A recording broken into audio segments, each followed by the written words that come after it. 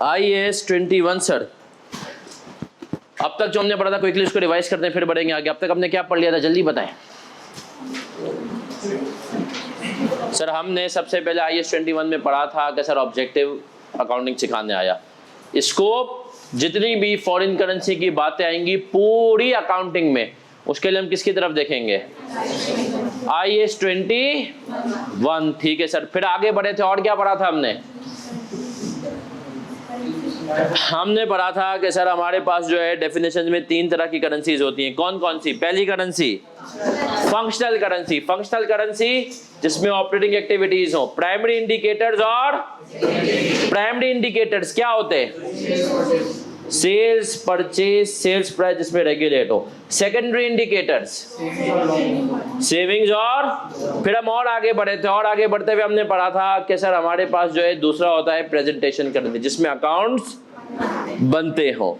एक से ज्यादा प्रेजेंटेशन करेंसी हो सकती है सर। आजकल पाकिस्तानी एक कंपनी है जिसका नाम है WTL, सही है, मतलब जिसके शॉर्ट फॉर्म WTL जो है एक पाकिस्तानी कंपनी है, और वो नेस्डेक में US एक्सचेंज में रजिस्टर होने जा रही है।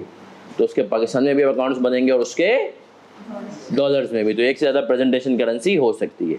तीसरा हमने कहा कि foreign currency other than functional currency. Sir फिर हम और आगे बढ़े थे, और आगे बढ़ते हुए हमने क्या पढ़ा था, हमने कहा था कि सर मॉनेटरी आइटम्स, और मॉनेटरी आइटम्स कौन से होते हैं, कैश, हर तरह का रिसीवेबल, हर तरह का non monetary item other than monetary items. लेकिन उसने हमें कहा कि एक चीज जो याद रखनी है वो इन्वेस्टमेंट इन शेयर्स।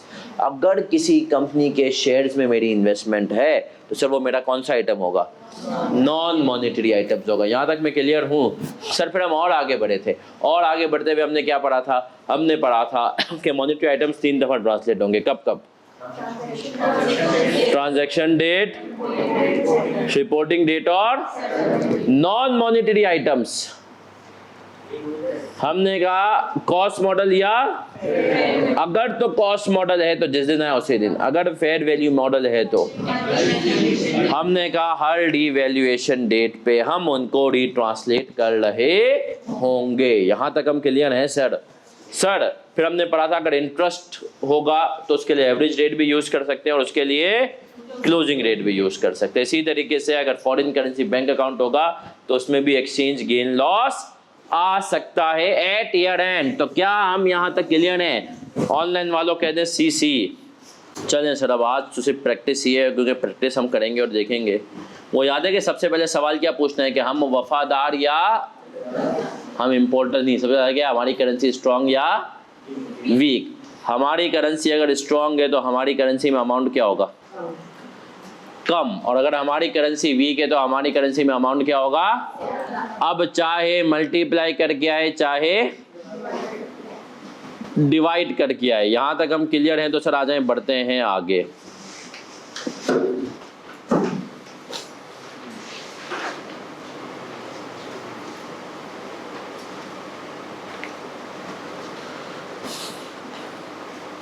चलिए सर आ जाएंगे page number 8।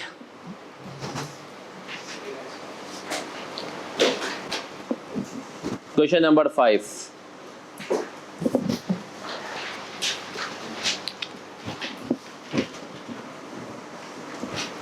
Entries in books of Hasan Khanani of has a functional currency and presentation currency of accounts for land using model in IAS 16। अब मैंने कहा ना आपको देखें एक साथ सवालात दूंगा ताकि आपको कॉन्सेप्ट्स को एक साथ देखना है ना। फिर कह रहा है on 1 July 2005 Hasan Khanani purchased a plot of land in for $1.2 million. कितने डॉलर्स पे खरीदा है? दिनार्स। हम कौन से डॉलर वाले, ऐसा ही है सर। और दिनार है foreign at 30 June X6 the fair value of the plot of land was 1.5 million dinars. Requirement entries in books of Hasan Khanani, और कह रहा है अब आप बताएं 1 जुलाई 5 को $1 था 4 दिनार का, और 30 जून 6 को $1 था किसके बराबर? हमारी करेंसी स्ट्रॉन्ग या वीक? स्ट्रॉन्ग। $1 में 4 दिनार और 3 दिनार, तो हमारी करेंसी में अमाउंट क्या होगा? कम। अगर उसके 1.2 मिलियन दिनार हैं तो हमारे लाखों में होंगे, है ना सर? अब रीवैल्यूएशन मॉडल शुरू हो जाए एंट्रीज करना जल्दी। सर हमारी करेंसी स्ट्रॉन्ग, अमाउंट कम, 0.3 का रीवैल्यूएशन लॉस आ रहा है या गेन आ रहा है? 2 का गेन आ रहा है। आए सर, हमने 1 जुलाई को खरीदी थी, तब कितने की थी? 1 पॉइंट। तो हमने कहा 1 जुलाई x5 को हम प्रॉपर्टी को रिकॉर्ड करेंगे आई थिंक 0.3 पे। क्या? पीपी डेबिट, सूदी धारा कितने से? Divided by 0.3 million. ऐसा ही है सर? सर याद रखिएगा कि जो है हमारी करेंसी स्ट्रॉन्ग, तो हमारी करेंसी में अमाउंट क्या होगा? कम। ठीक है सर, आगे बढ़े। अगली चीज क्या है? हमने कहा 30 जून x6 हम आए और हमने कहा सर 38 जून x6 को क्या हुआ? हमने कहा सर 30 जून x6 को जो है 1.5 मिलियन हो गया और उस टाइम पे दिनार टू डॉलर कितने का हो गया? 3 का। तो हमने कहा सर आ जाए, रीवैल्यूड अमाउंट कितनी आ रही है बुक्स में?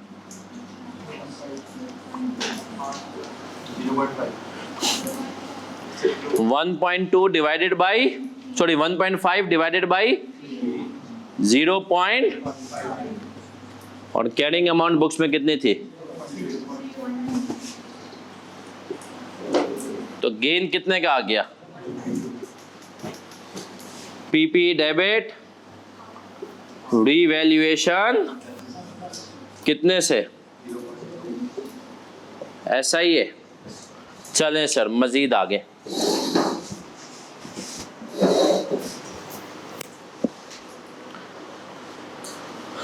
आसान था ना सर सवाल? आए सर 6 तो हम कर चुके थे, 7 पे आ जाते हैं। 7 कह रहा है weighted an entity weighted has a reporting date of and the dollars as its functional currency क्या है? अब आप देख रहे हैं सर, मैं आपको दूसरी करेंसीज के सवाल दे रहा हूं, क्योंकि अगर आईकेप शरारत करे तो आपको पता हो, रुपी से हट के होगा तो आप क्या करेंगे, मैं ये सिखा रहा हूं। Weighted borrows in the foreign currency of क्राम के, सही है भाई। The loan of K 120,000 was taken out on 1 January x7, ठीक है जी। A repayment of K 40,000 was made on 1 March 20 x7, ठीक है सर। फिर क्या कह रहा है ये आदमी हमसे? Exchange rates were as 1 January x7 को K1 किसके बराबर था?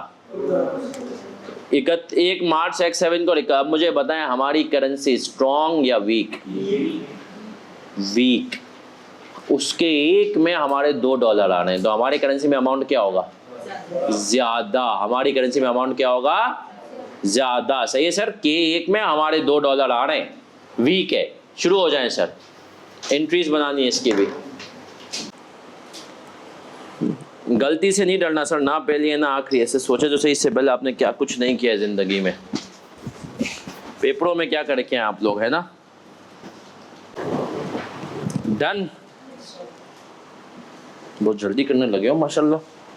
आ जाए सर, आ जाए। ऐसे ही FAR2 इंशाल्लाह ऐसे हंसते खेलते निकल जाएगा।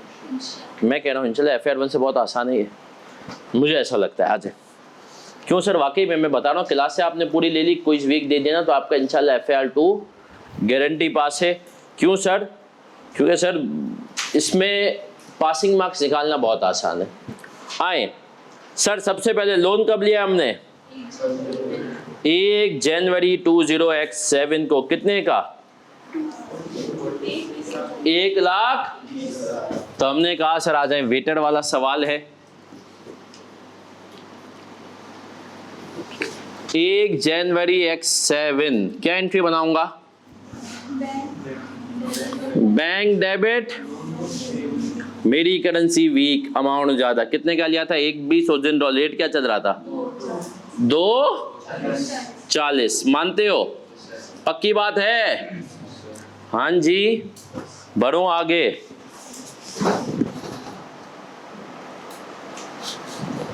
फिर आगे आते हैं। सर हमने एक रीपेमेंट भी की है, कितने की? मतलब 1/3 ऑफ लोन हमने रीपे कर दिया, ऐसा ही है? 1.20 के मुकाबले में देखें, और हमने कहा उस रीपेमेंट के वक्त एक के कितने का था? तो आ जाएं सर, कब की रीपेमेंट की रेट क्या थी? लोन पेबल डेबिट और सूदी दारा। चलें सर, हमने कहा 40,000 मल्टीप्लाई बाई $1,20,000 गए, सही है। लोन पेबल कितने से जाएगा? हमने कहा सर इसका ले लेंगे 1/3। कितना हुआ? कितने का लॉस हो गया? एक्सचेंज 40,000। मानते हो? पक्की बात है। और आगे बढ़ते हैं सर, ईयर एंड पे आ गए 31। और सर अब लोन कितने का आउटस्टैंडिंग है? के अंदर 80,000। 1.20 का लिया था, 40 का। अब हमने कहा वो 80,000 का लोन हमारी बुक्स में कितने पे रिकॉर्डेड होगा? 160 पे, है ना? अब हमें देखना है सर उसकी मार्केट वर्थ, मतलब उसकी अभी एक्सचेंज वैल्यू क्या है। तो हमने कहा 80,000 के रेट कितना चल रहा है? कितना हो गया? और हमारी बुक्स में कितने का है? तो कितने का लॉस हुआ? 1.20, है ना? तो आ जाएं, एक्सचेंज लॉस 1,00,000। मानते हो? और क्रेडिट क्या करेंगे? हाय हाय हाय। चलें सर, अगर यहां तक हमें क्लियर, तो बहुत इजी सवाल के लिए तुम लोगों ने, ऐसा ही है। अब आए ना सर, जरा क्विज करते हैं, क्लास क्विज। आ जाए।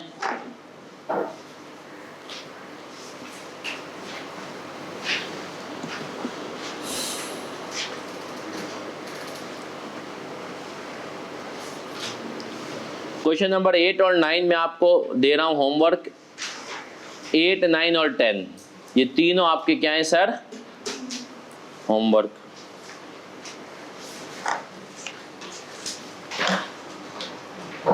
और अब हम आपको आगे बढ़ा करके देखते हैं कुछ कुछ तेरे सवाल आप कितने अच्छे से कर पाएंगे।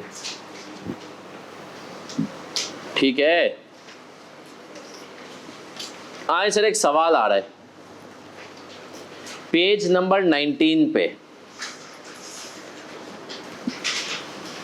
बल्कि सॉरी 19 मिनट 20, पेज नंबर 20 पे एक सवाल आ रहा है। क्वेश्चन नंबर 13, पेपर के लिए लिख लो, इस किस्म के सवाल इंपॉर्टेंट। लास्ट डेरिवेशन लिखो। सही है सर, जो बच्चे पहली दफा पढ़ रहे हैं मुझसे, उनको लास्ट डेरिवेशन क्या होता है सर हमारा, कि पेपर से एक दिन पहले आपको ये सवाल लाजमी देखने हैं, बाकी हर सवाल पूरा नहीं देखना, जिसका लर्निंग आउटकम का वो। 13 आ रहा है, हसन खानानी लिमिटेड। इस सवाल की रिक्वायरमेंट पढ़ेंगे और रिक्वायरमेंट के हिसाब से अब हमें करना है। For each of the above transactions calculate the all loss and foreign currency gain और which would be included in the company's financial statements for the year ended 31st December 2018 as required by IAS 20। अब sir यहाँ पर गलती से कुछ जगहों पे X3 आ गया, तो उसको आप काट करके X18 कर देंगे, सही है। अब सर जहाँ जहाँ X3 है उसको काट करके आपको क्या करना है 2000, और ये आपका एक क्विज है।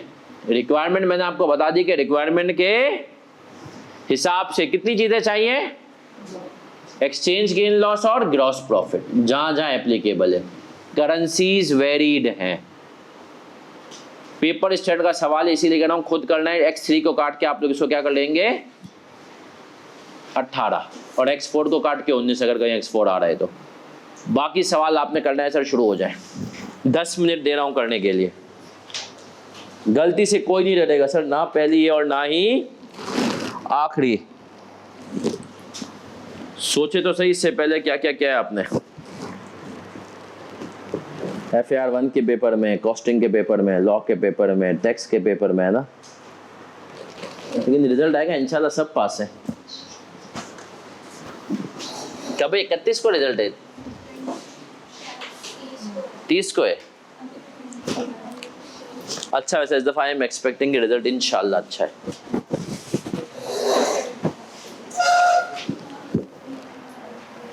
ग्रुप बी का तो इस दफा बहुत ही अच्छा है। सॉरी, ग्रुप ए के 2 पेपर होगा मेरा मानना है, FAR 1 और कॉस्टिंग का। कॉस्टिंग क्योंकि देखें, और ग्रुप बी में भी जिसकी डिस्क्वालिफिकेशन अटेम्प्ट है ना, उसका भी अच्छा आएगा इंशाल्लाह। ICAP का ट्रेंड रहा है, जब डिस्क्वालीफाई करना होता है ना, उससे पहले अटेम्प्ट रिजल्ट अच्छा देता है। डन एंड डस्टेड या ओनली डस्टेड?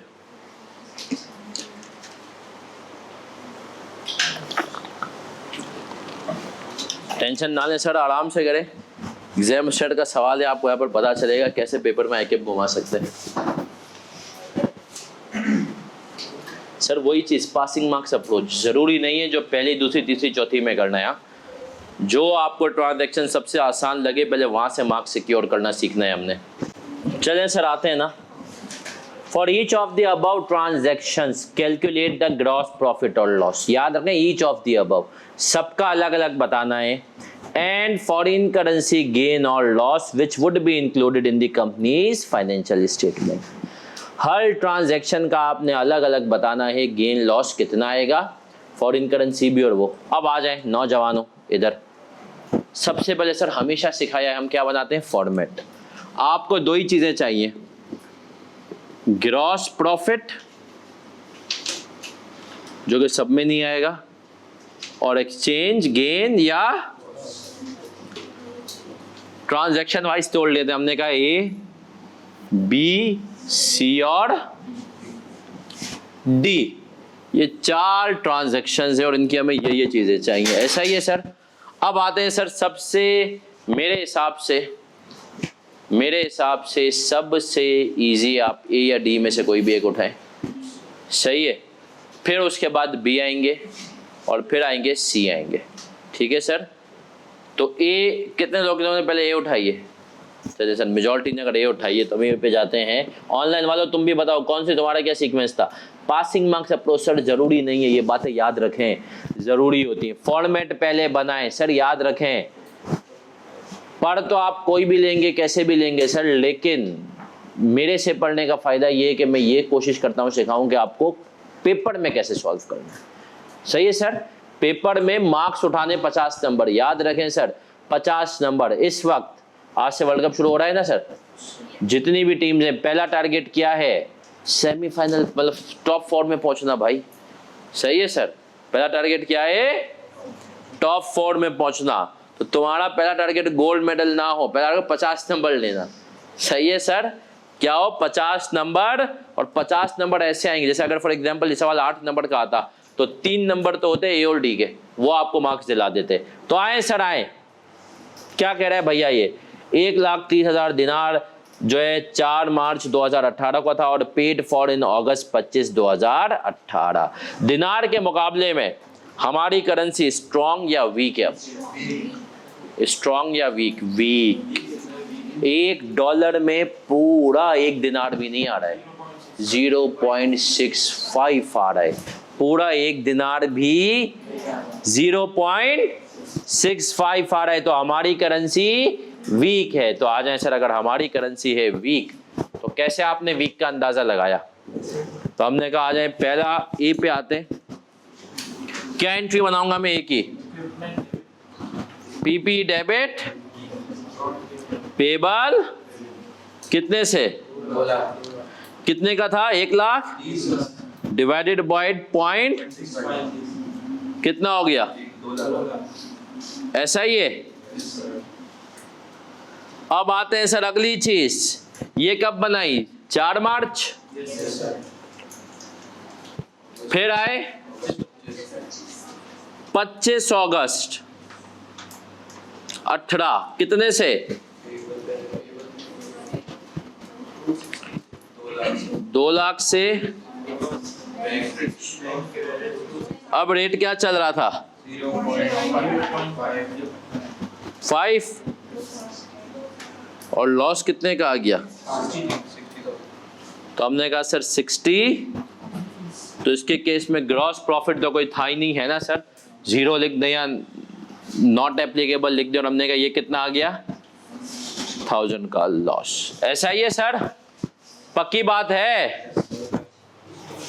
अब सर अगर आपने गलती से अपने इस यहाँ पर समझ लिया कि करेंसी है आपकी जो है स्ट्रॉन्ग, तो अब आपने इसको लर्निंग आउटकम के तौर पे लिखना है कि भाई ये गलती, अगर एक मेरे डॉलर में पूरा 0 पॉइंट में समथिंग आ रहा है तो ये हमेशा क्या होती है? वीक है।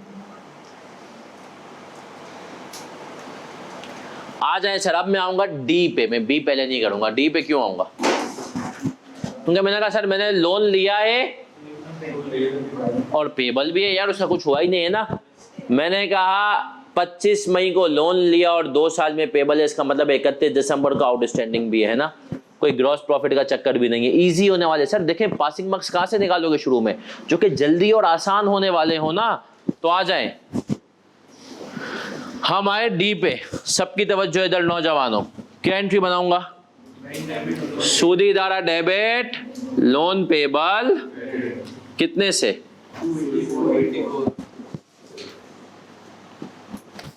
280। कितने का हमने लोन लिया था? 426 है ना सर? हाँ सर 426,000। कौन है जो 4 डिवाइड बाय उस रेट क्या चल रहा था? अब रोलैंड के मुकाबले में स्ट्रॉन्ग या वीक? स्ट्रॉन्ग है। एक के अंदर 1.5 आ रहा है, एक से ज्यादा रोलैंड आ रहा है $1 में, तो क्या है सर? स्ट्रॉन्ग है। उनके हमारा $1 है, उसके किसके बराबर है? 1.5, तो एक से ज्यादा ये हम उठा रहे हैं, तो कितना हो गया भैया? 284,000। आगे बढ़ूं क्या? अगर आप हजरात यहां तक क्लियर हैं तो हाँ। अगली चीज क्या है? 31 दिसंबर पे आए, क्या होगा बताओ भाई? हमने कहा सर अब क्या चल रहा है? पे तो हमें 426 ही करने हैं, सही है। अब रेट कितना चल रहा है? कितना बना?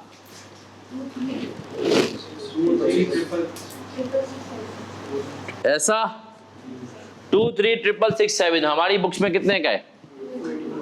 तो अब हमने कहा सर हम इंपोर्टर, मतलब पैसा हमने इंपोर्ट किया है ना, तो हम वफादार, सही है। मुल्क का फायदा, पहले $1 देते थे, 1.5 आते थे रोलैंड, अब $1 दे रहे हैं, कितने आ रहे हैं? ज्यादा रोलैंड मिल रहे हैं, तो मुल्क का फायदा हमारा फायदा। तो हमने कहा loan payable debit, exchange gain credit कितने से? 47। सर अगर हम बोले इन दोनों पॉइंट्स के 1.5 मार्क्स से कितने लोगों को 3 मार्क्स मिल गए? सही है सर, क्लियर है हम यहां तक? कितने लोगों को 1.5 मिले? कोई नहीं सर, तभी क्लास में ऐसे सवाल कराते ताकि आपको गलतियां पता चले। ऑनलाइन वालों तुम बताओ कितने लोगों को 3 मिले और कितने को 1.5?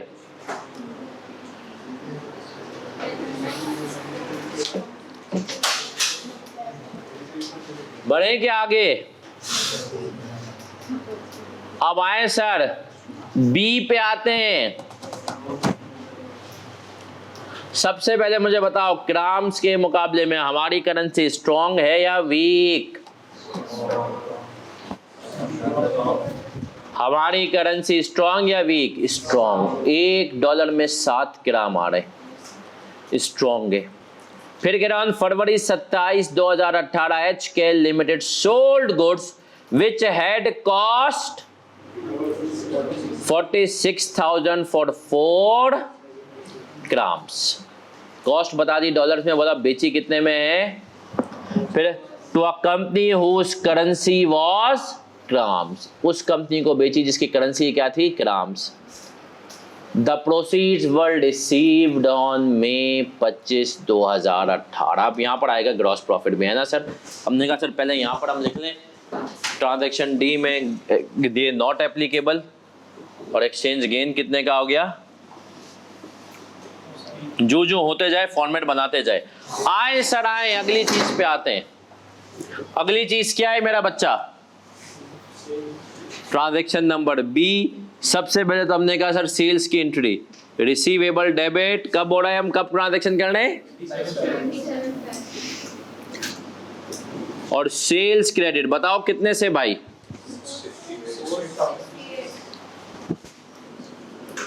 हमने कहा 476,000 ग्राम्स। हमारी करेंसी स्ट्रांग तो अमाउंट आएगा कम, कितना हो गया, ऐसा ही है। और सर कॉस्ट भी उसने हमें दी हुई है, सेल्स हमारे पास आ गई, चाहें तो एंट्री बना लें कॉस्ट की, चाहें तो ना बनाएं। आप डायरेक्ट जाके ग्रॉस प्रॉफिट लिख सकते हैं कि 68 माइनस 46 की कॉस्ट उसने सवाल में दी हुई है ना सर। तो 22,000 का क्या हो गया आपके पास, ग्रॉस प्रॉफिट। अब आए सर पेमेंट कब आ रही है, 25 में, है ना सर, 25 में। उस दिन रेट क्या चल रहा है, 6.7। अब हम यहाँ पे एक्सपोर्टर हैं, हम कौन है, मुल्क का फायदा हो रहा है या नुकसान, बताओ, मुल्क का। कैसे, हमने कहा सर पहले 7 आते थे, अब 6.7 आ रहे हैं। तो अगर हम एक्सपोर्टर हैं तो हमारा क्या होना चाहिए, फायदा होना चाहिए, है ना सर। तो आए, हमने कहा भाई हमें तो 476,000 ग्राम्स चाहिए थे। आए कितने बैंक में, बैंक में कितने लेकर आऊंगा मैं, 476,000 डिवाइडेड बाई कितना हो गया, ऐसा। रिसीवेबल कितने का था, 68,000 का। तो सर गेन कितना आ गया, 3045। सर यहां तक कि अगर 8 नंबर का सवाल था तो होंगे 5 मार्क्स, है ना सर। 30। सर यहां तक हम क्लियर है नौजवानों, तो बढ़ जाएं आगे। अब हमने कहा सर आखिरी ट्रांजैक्शन जो कि शरारती थी, है ना।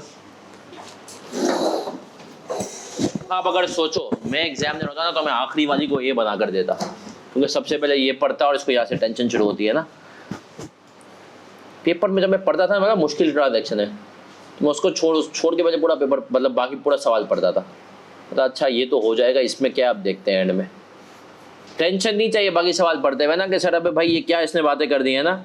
तो पेपर में सिचुएशन ही ऐसी हो रही होती है, डर लग रहा होता है ना, अजीब हालत। और उसमें अगर आपने कोई मुश्किल ट्रांजैक्शन बहुत ज़्यादा पढ़ ली, सर चांसेस होते हैं कि आप स्ट्रगल करें। मैं ऐसे ही कहता हूँ, बच्चों FR1 के बच्चों भी कह रहा था ये हवा बनाए हुए लोगों ने CA मुश्किल है। भाई CA मुश्किल नहीं है, CA को हम करना सीख जाए, कुछ भी नहीं होता सर। आपसे इंजीनियरिंग का भी पढ़ो तो तुम्हें पता चले क्या क्या चीज़ें होती हैं, आ जाए। बस फ़र्क ये कि वहाँ पे टीचर ही पेपर लेता है तो बेचारा पास कर देता है, बस फ़र्क इतना होता है। बाकी वहाँ पे सर टीचर वहाँ पे भी बहुत खतरनाक होती हैं।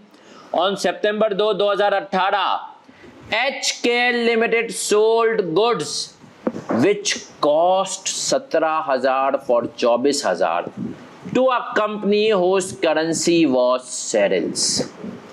Sales price was in shekels. सबसे पहले स्ट्रॉन्ग या वीक है हमारी करेंसी, शेरिल्स के मुकाबले में स्ट्रॉन्ग है। शेरिल्स के मुकाबले में हमारी करेंसी स्ट्रॉन्ग है, ठीक है।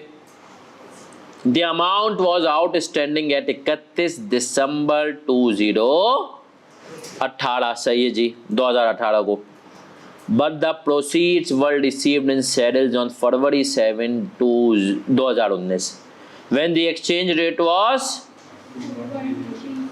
The directors of HKL approved the final accounts on March 28, 2019। मुझे पता है सर ये जो आखिरी की डेडलाइन गिवन है इसका कुछ करेंगे नहीं सर। हमने कहा हमारा तो साल खत्म है 31 दिसंबर को, जिंदगी गुलजार है।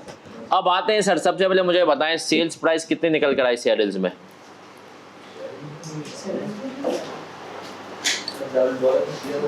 हाँ तो बेटा एक्सचेंज गेन लॉस 31 दिसंबर को निकालने के लिए हम नहीं जान वो करेंगे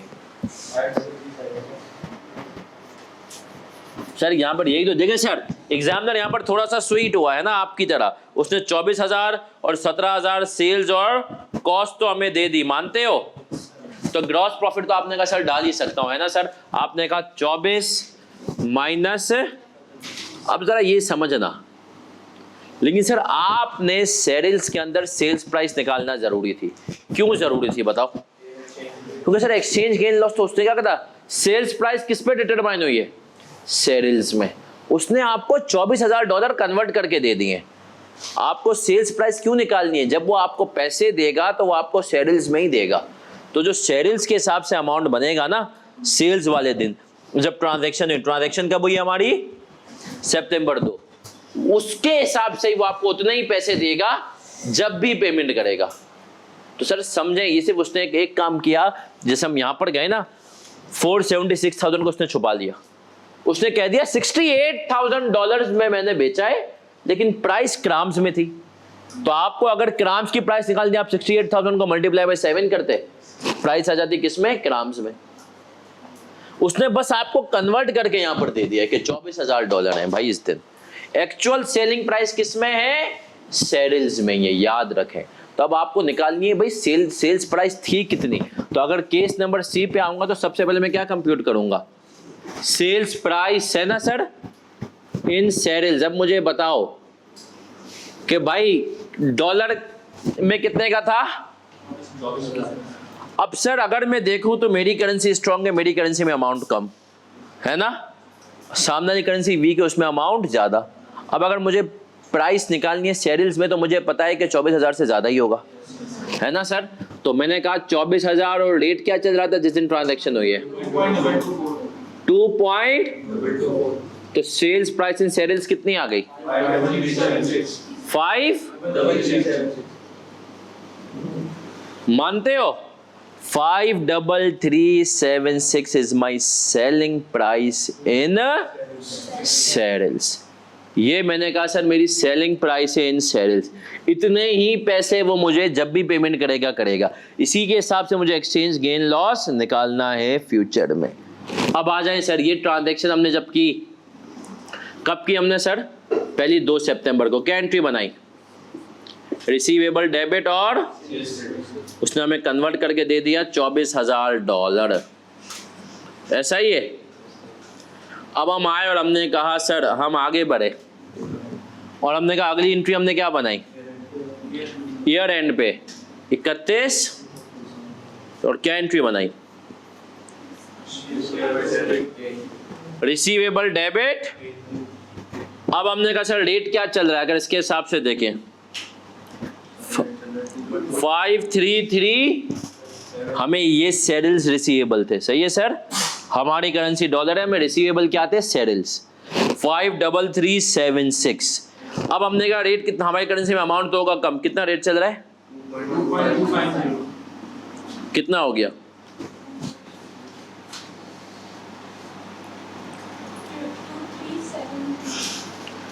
23,723। सर हमारा डॉलर के अंदर अमाउंट कितना हो गया अब रिसीवेबल? 23,723। बुक्स में रिसीवेबल कितने का था? तो सर गेन आया लॉस आया? लॉस। कितने का लॉस आ रहा है बताओ भाई?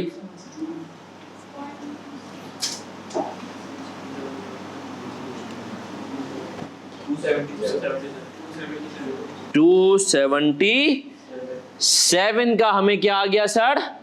लॉस। 277 का एक्सचेंज लॉस डेबिट और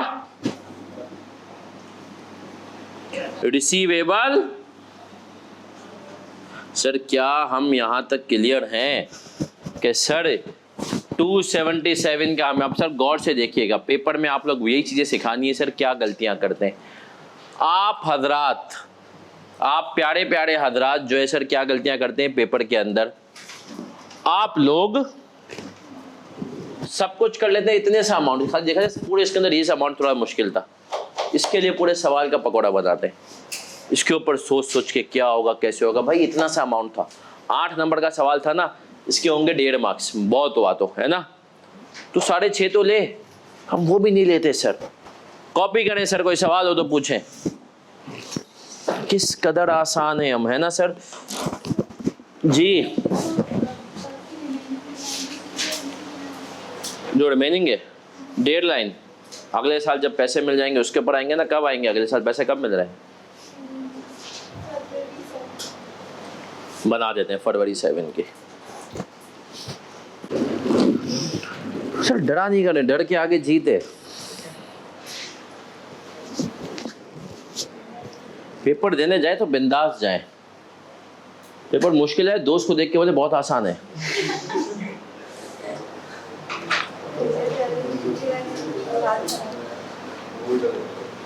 टेंशन वो रिजल्ट पूछेगा भी तो संभाल देंगे। हाँ भाई क्या मतलब था यार आसान। अब उसको बाद में पेपर के बाद ही बता दे, मैं तो तुझे कॉन्फिडेंस दे रहा था। बोलेगा यार तूने डरा दिया, मुझे मुश्किल क्यों लग रहा है ना।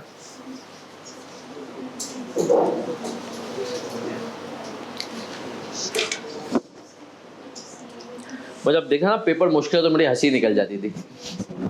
यार मतलब वापस पढ़ना पड़ेगा यार, अपनी बेबसी पे हंसी। लेकिन फिर मैं बिंदास हो जाता, मैं कहता यार देखो अगली अटेम्प्ट तो बन ही रही है, लेकिन इस दफ़ा भी चेक तो करे कितने मार्क्स आते हैं। लेकिन निकल जाता था काफ़ी दफ़ा। एक दफ़ा देखो मुझे पूरा यकीन था, मेरा अब तक मतलब जो है ना, मेरा जो पेपर यकीन के साथ फेल हुआ है ना, पूरा यकीन था कि फेल होगा, हुआ भी वो था BFD का पेपर। मतलब मैंने पेपर बंद किया ना 81 नंबर का, तो मैंने अपने कुछ दोस्तों को बोला, मैंने कहा यार ये एग्जामिनर कुछ भी कर लेता पास नहीं हो सकता मैं इसमें। मैंने कहा भाई पक्का फेल हूँ, मतलब मेरा फीलिंग आ गई। मैंने कहा यार, मैंने कहा बन ही नहीं रहे पर मतलब, क्योंकि देखो मैं घर पे आके ना अपने आप को मार्क्स देता था, सिर्फ अपने आप से डिस्कशन, और जहाँ मेरे मार्क्स 40 क्रॉस करे ना अपने आप, क्योंकि मैं बड़े कंजूसी से कंजर्वेटिव होकर मार्क्स देता था। मतलब मैं 20 हर सवाल में 10 नंबर का सवाल है तो 2 नंबर तो काट लिए वैसे ही। और लेकिन जहाँ मेरे नंबर उसके बाद भी 40 क्रॉस कर गए ना, तो मुझे होता था यार अब पास हूँ। उसमें सब करने के बाद भी 34 बंद रहते, तो मैंने कहा भाई ये तो और 39 आया कि अपने फिर भी 5 नंबर। कितने लोग मार्क्स वार्क्स देते हैं अपने आप को? नहीं दिया करो भाई, ये टेंशन होती है तुम लोगों को।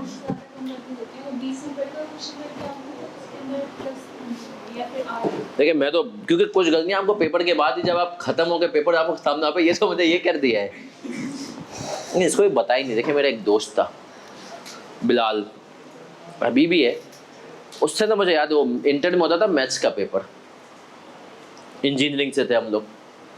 अच्छा बिलाल को मैथ्स में पढ़ाता था, बिलाल को मैथ्स मैं पढ़ाता था। पेपर हुआ, मैंने बिलाल कैसा हुआ, मैंने कहा नहीं यार वो 3, 5, 5 नंबर वाले सवाल गलत हो गए ना। मैंने कहा बिलाल का सही हुआ। मैंने कहा इसको पढ़ाया तो मैंने ही, कम ही आएंगे मेरे से नंबर इसके। तो रिजल्ट आया तो मेरे 81 नंबर थे मैथ्स में, बिलाल के थे 93। मैंने कहा यार इसको मैंने पढ़ाया और इसके नंबर ज़्यादा। खैर मुझे इतना गम नहीं हुआ, क्योंकि मैंने कहा यार चलो पास तो दोनों हो गए, दोनों का ही जो है ना ग्रेड है। उसका भी मेरे ख्याल में एक ग्रेड था और मेरा भी एक ग्रेड था। मेरे ख्याल में से मेरी 77 थी और उसकी कुछ थी 78, 79। बिलाल ने फिर बता तो एक बात बताऊँ, उसने बड़ी एक अच्छी बात बोली। उसने कहा देख तूने ना आके मोहल्ले में बता दिया कि तेरे 3 सवाल गलत हुए। बोला यार 7-8 नंबर मेरे भी गलत हुए थे, मैंने किसी को बताया नहीं। मैंने बोला अल्लाह तू संभाल ले, मैं अपना ऐब छुपा रहा हूँ, तू भी इसको छुपा। तो बोला यार तो मुझे तो था कि यार इंशाल्लाह अल्लाह छुपाएगा। उस टाइम पे जो उसने बात की ना, मतलब क्यों अपनी गलतियाँ। और इसके बाद एक हदीस का मफहूम भी है, एक आदमी एक गुनाह करता है, अल्लाह उसको छुपाता है, फिर वो अगले दिन आके पब्लिकली अनाउंस कर देता है। और आजकल हम नहीं करते, फेसबुक पे जा रहे हैं फिल्म देखने, गाना सुन रहे हैं, स्टोरी डाल रहे हैं, गाना है। सर ये तो एक गुनाह ही है ना, तो आप पब्लिकली अनाउंस कर रहे हैं। और इसके ऊपर अगर आप डिटेल में जाएं तो हदीस में है मफहूम उसके, ये बातें कल कला को ना जिन लोगों के आपने गवाह बना दिया ना गुनाह का, ये बीच में आएंगे, मालिक ये काम कर रहा है, सही है, करके आया, इसने तो स्टोरी डाली थी, जवान देखने जा रहा है, सही है। तो ये चीज़ें भाई थोड़ा सा अवॉइड करें। यहां तक हम सर क्लियर है? पक्की बात है? तो सर अगला सवाल आपका होमवर्क है। अच्छा, एक बच्चे ने कहा सर 7 फेब की एंट्री बना देते हैं। सर अगर हम ये मिटा दूं, अगर हम सर 7 फेब की एंट्री बनाने जाएं तो बहुत ही सिंपल है भाई। रिसीवेबल कितने पे आ गए थे? हालांकि आउट ऑफ हमारा स्कोप हो गया। 7 फेब के अंदर रिसीवेबल कितने पे थे? 23। आपने कहा सर रिसीवेबल तो हो जाएंगे क्रेडिट 23723। डेबिट क्या करूंगा? बैंक कितने से? एक्सचेंज रेट है देखो सवाल के अंदर 2.3 समथिंग दिया हुआ है। देखो सवाल के अंदर 2.308 दिया हुआ है। और हमने कहा शेयर्स कितने लेने थे हमें? 53376 डिवाइडेड बाई 2 कितने पैसे आए? 23146। मजीद एक्सचेंज लॉस हो गया कितने का? 576 का। तो सर ये एंट्री मैंने एक्स्ट्रा बना दी। तो सर अगला सवाल आप लोगों का होमवर्क, आज क्लास होमवर्क, अगली क्लास पूरी कोशिश है कि इंशाल्लाह हम इस टॉपिक को अगली क्लास में वाइंड अप करें। अगर आपको गौर से देखें तो आपके पास एंड में आ रहा है असाइनमेंट मटेरियल ना। अगली क्लास में इसके कुछ सवालात करेंगे, कुछ इन्वेस्टमेंट प्रॉपर्टी के साथ इसके सवाल। याद है इन्वेस्टमेंट प्रॉपर्टी खत्म नहीं हुआ FAR 1? सही है सर, FAR 1 के टॉपिक्स यहाँ पर वो छेड़ता है। यहाँ तक हम क्लियर है सर? पक्की बात है? चलिए सर अब आता हूँ मैं एक स्टोरी टाइम में। स्टोरी टाइम में अपने एक दोस्त की कहानी सुनाता हूँ छोटी सी, फिर हम फौरन जाएंगे कंपनी लॉ के लिए। आज कंपनी लॉ जरा जल्दी भी ऑफ करूँगा। मेरा एक दोस्त है और इतना अच्छा दोस्त है कि मेरी ज़िंदगी में कभी उससे नहीं बनी है। हम फर्ग्यूसन में साथ थे। 23 बच्चा था कराची ग्रामर स्कूल का, लेकिन वो अलग चौड़ा चलता था और मेरे से ऐसे आदमी बर्दाश्त नहीं होते थे। हम अच्छा हमारे आप नसीब देखें, हम फर्ग्यूसन में साथ पहुंचे। तावानीस में हमारा सेक्शन अलग था। हम नॉर्मल बच्चे थे, ABCD करने वाले, 4 मॉड्यूल 2 साल में 6 महीने करके ना। वो KGS का बच्चा था, उसने AB साथ निकाला था और CD करके 1.5 साल में आ गया था। फर्म में भी बिल्कुल अलग, दिमाग बहुत अलग चलता था, बहुत ही अलग। सही है, आया हमें जरा क्वालिफाई करने में लग गए 5 6 अटेम्प्ट, 5 सही है 6। उस आदमी 5 अटेम्प्ट लगे, उस आदमी ने निकाल दिया 3 अटेम्प्ट में। था ही तेज आदमी। फिर उसकी जॉब हो गई यूनिलीवर में, मैक्स ला गया K इलेक्ट्रिक। फिर यूनिलीवर में मेरी CV आगे देने वाला भी वही था। सही है, फिर हम यूनिलीवर में साथ हुए। मैं फूड्स को देखता था, वो होम केयर को देखता था।